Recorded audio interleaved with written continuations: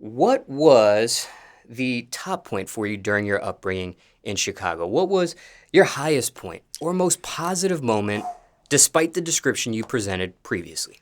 So let me take y'all back. Like me growing up, the people that know, like that was in Chicago during the time period of me growing up, I was always a dancer. So like the whole Chicago knew I was that boy that danced. Like I was him. You feel me? With the dancing tip, I'll be at every single party. So I would say the highlight of my Chicago life experience would be around when I'm 12, 13, 14, 15 years old. I'm going to parties. I'm with my guys. I have my group of guys, you feel me? I stayed with them. We'll be just going to parties. The parties be busting because, as soon as we come in, lights on us, you know what I'm saying? Everywhere I walk, everywhere I go, because I would walk every single where. I'm not in no gang, so I didn't have no beef with nobody. I would walk through every single block just, motherfuckers would pull up on me like, man, why you here? I'm not into it with nobody. I'm finna just walk wherever I go. But so it'll just be fun walking everywhere and just seeing supporters and fans come up to me in my hometown. So just basically seeing love in Chicago, like seeing everybody interact with me while I'm walking everywhere and just going everywhere, having fun with my guys, playing basketball at different basketball courts. All of that was just the highlight. Like it was just so peaceful, so fun, man. That was back when Dub Smash was, popping. And what led to dancing for you? Because there are some that take music a little bit more serious Yeah, growing up, maybe sports a little bit more serious. yeah. Why dancing for you? Dancing has been in my blood since I came out the womb. I'm telling you, like I I was I'm literally a student of dancing. Like I studied dancers like Michael Jackson, Chris Brown, Marion, Kid of the Great, like all the people from back in the days that used to be on the little dance and shit. I'm telling you, I studied all of that shit. And I just became one of them. Like it was just in me. Like I'd be on at talent shows and shit every single year. I win a talent show on my life. I've never lost a talent show. On my life, pull it up. Pull up the notes. Pull up the homework, pull up whatever you gotta pull up, the documents, whatever. Do your research on my life. I never lost a talent show. I either came first, second, or third. I'm not what? I'm one of them. Bro. Zooming out, how were you able to survive that upbringing in Chicago up into the age of 18? Because as you mentioned, there are some that don't make it. Yeah, I would say in Chicago, Was there a key for you, perhaps? A it, secret or it really wasn't a secret because just the way I grew up and the way I was already outside as a shorty in Chicago, like my main things, okay, so let's put it like this. When I'm outside, I always had something to do. I wasn't outside, just outside on the block, on the porch, or, you know what I'm saying? I was an outside kid. I wasn't a on the phone kid or, you know what I'm saying? I'm outside. I'll be going playing basketball because I'm busting everybody ass. I'm the rawest nigga out there, you feel me? So I'll go play basketball. I'll go meet up with my guys. We'll go to parties. We'll go make videos. We'll just go hoop. Like hooping was the everyday thing for real. So it's like, my mind wasn't set on no bullshit. You just gotta really be on your P's and Q's when you're in Chicago, cause anybody could do anything at any time, and you usually it's rules that it's rules that we all grow up with in Chicago. There are unspoken rules. I can't even tell you the rules because nigga, we'd just call your ass a goofy if you don't know the rule. Nigga, we'd just be like, bro, this nigga a goofy for his ass. And it's like, nigga, it's not that somebody specifically told me a rule. It's like you should know this. Feel me? Just being from Chicago, like we take the rules of the Chicago streets or whatever it is very, very serious. Like backdoor allegations, everything, and just everything. We take that shit very serious. So yeah, you better know your rules when you come to Chicago, or we gonna point your ass out. We gonna know your ass out of towner. so having something to do, was there anything else that may have been a key for you when you were outside Yeah, or aside from that? basketball. I was 100% on basketball. Basketball and entertainment, my two top things. Like I was a singer, dancer, everything, but they knew me on the court like a motherfucker in Chicago, like dead ass. Now, making an assumption here, you can correct me if I'm wrong, but it looks like at some point the entertainment superseded the sports. Yeah, so I'm a sophomore, right? When I was a sophomore in high school, 16 years old, I was starting point guard, starting shooter guard. I switched between those two positions. Whatever, we used to bring Chicago out, during our games and shit. So I'm hooping and shit. Mind you, I got my growth spurt at 18, 19 years old.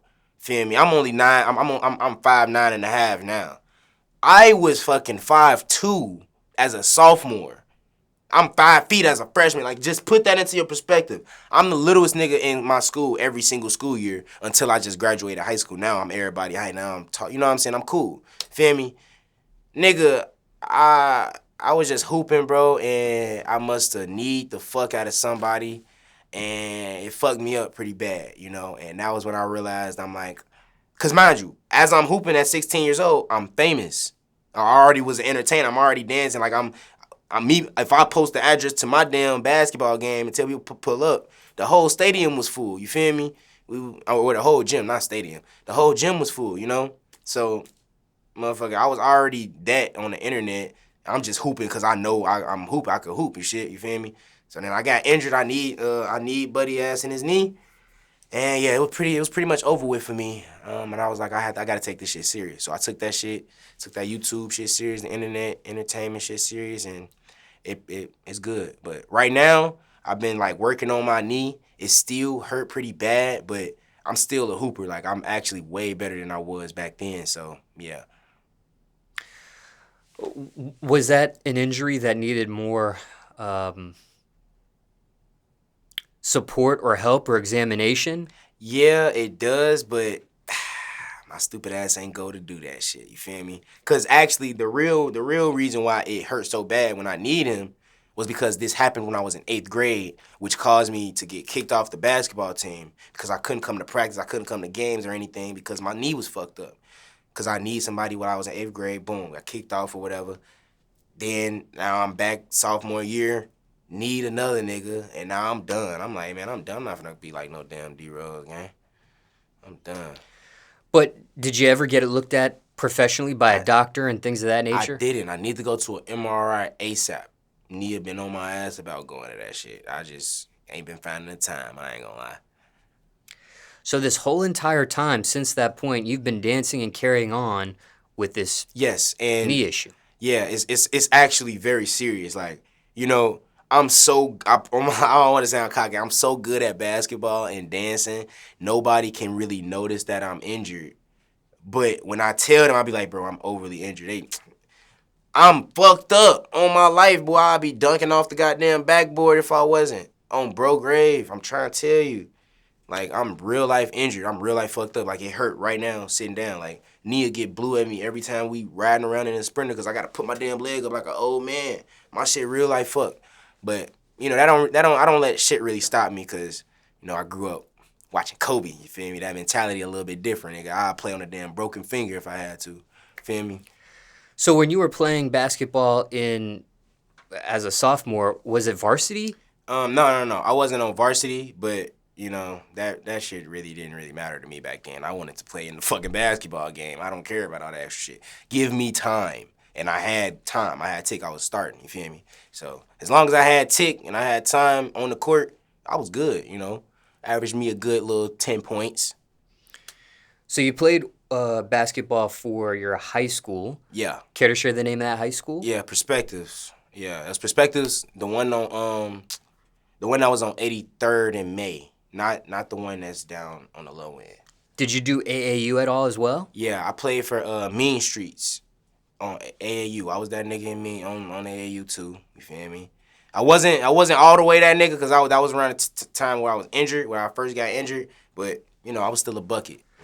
So when you stopped with high school basketball as a sophomore, you also stopped with AAU as well? Yeah, I stopped AAU. I think I stopped that the year before sophomore year. Yeah. And yeah. Any regret on how that whole sports career path took place, however you want to phrase that? Any regret with that? Not taking the injury more serious back then? Not trying to take basketball more serious back then and keep going with that? Well, I really don't have any regrets because I'm still a fucking dog to this day. So it's like everything that I did back then still correlated to now. And I already had it in my head growing up that I'm not finna go to the NBA. Like I had that dog in me where it's like, no, I'm gonna make it to the NBA. But then I had the realistic thought. I'm like, I'm the shortest nigga in this motherfucker. Not saying that short niggas can't do it, but let me just think realistic. Like NBA kind of pushing it. So let me just good as I can, you feel me? Because now I'm 21. I could still go to a men's league. I could still dominate in any other league, you feel me? Still get paid. Like, it's good. Like, I just really found that shit out now, so I'm really finna start getting into all of that, you know? But I don't regret a damn thing, nigga. I don't regret shit. I made the right choice because I could still hoop regardless. Like, hooping don't got to be my only thing I do. You feel me? I'm good. Back then, however, did you have the opportunity to play with or compete against anybody that ended up becoming famous themselves? Yes. Let me see.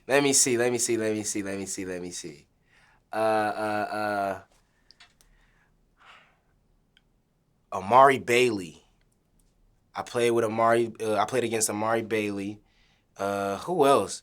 Actually, in the Chicago scene, I'm gonna just be honest. In the Chicago scene, everybody in Chicago knew everybody in Chicago. So if there was a basketball game being played at, let's say St. Sabina, that was where my, the facility of my school was, growing up, and that was where all the games was played.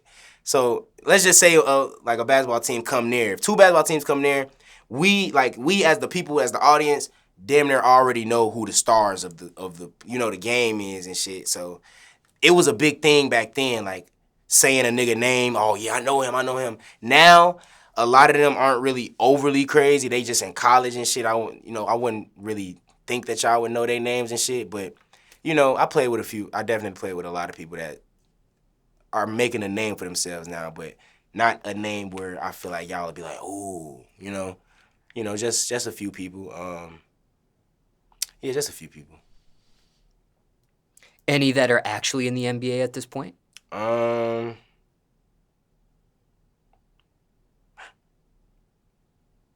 think Amari Bailey is in the NBA. Or no, he's in college. That's the only person I could really think about that actually got a real name for himself. You feel me? Who else? But I'm having a brain fart right now. I know that it's them niggas though. They out there. Hey, don't get on my ass. You was cold back in the day. I just can't think of it at you right now. You feel me? But just with Bailey's name here, did you actually play him, or was just your team against his? No, I actually played him. I played him multiple times. Yeah, he bust our ass for sure. Feel me? I still put up some buckets on phone them, but they team. What was they called? Shooters South. I don't know. South Loop, or it was something like that. Yeah, they was tough. They used to blow us out. His ass used to be goddamn dunking all type of shit. 7th grade, niggas used to be dunking, big as hell. And that was AAU? Nah, that was that's school basketball. Okay, got it. The actual, you feel me? I used to play they schools and shit. Yeah.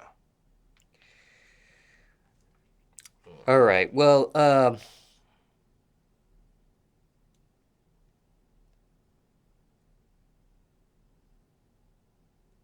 winding down the questions here about your upbringing. There are some people who say things like, don't know if I'll make it to see the age of 18. 21, for example. Did you have any of these thoughts yourself growing up in Chicago? I didn't really have it in my head. Like, I always try to think, like, I'm definitely gonna live old. Like, I'm gonna be old. I'm gonna be an old ass man. You feel me? So I never really think of life like, oh, it could end right now. Like, I'm trying to just go live to the fullest because, yes, I don't know when it's gonna go, but I don't want to think like that. I just want to live and be able to be happy, with the decisions I made when I was living, when I am living, you feel me? So it really didn't come to me like, damn, I'm finna be 18, niggas don't be living to past the age of 18. And the only reason a lot of people say that is because they're literally directly in the spots where it's dangerous for that age group. You know what I'm saying? Young black men in Chicago already, once you 16 through whatever age, you already look like a criminal or whatever. You know what I'm saying? So we already fucked up in the head. Well, not us, but we already fucked up. Because they already assuming that we some gangbangers. Don't let you come around this bitch with no twist, dreads, any type of hairstyle. Your ass getting accused of some shit. Be that as it may, knowing what you know now, hypothetically speaking, what would you have said to your younger self back then, if anything?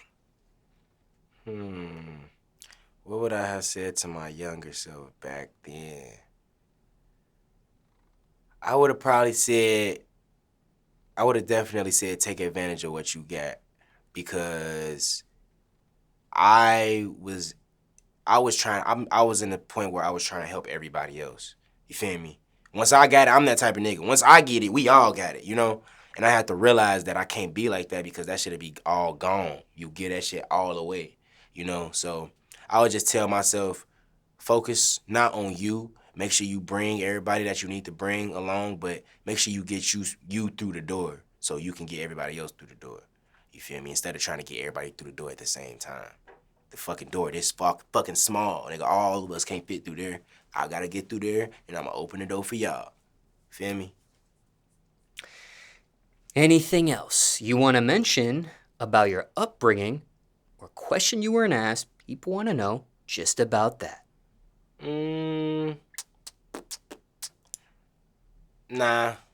I was just a kid, Chicago kid in the hood that liked to play basketball, liked to be outside, liked to flip off everything and dance and, you know, happy vibes, you know. Wasn't really on that extra shit. That's it.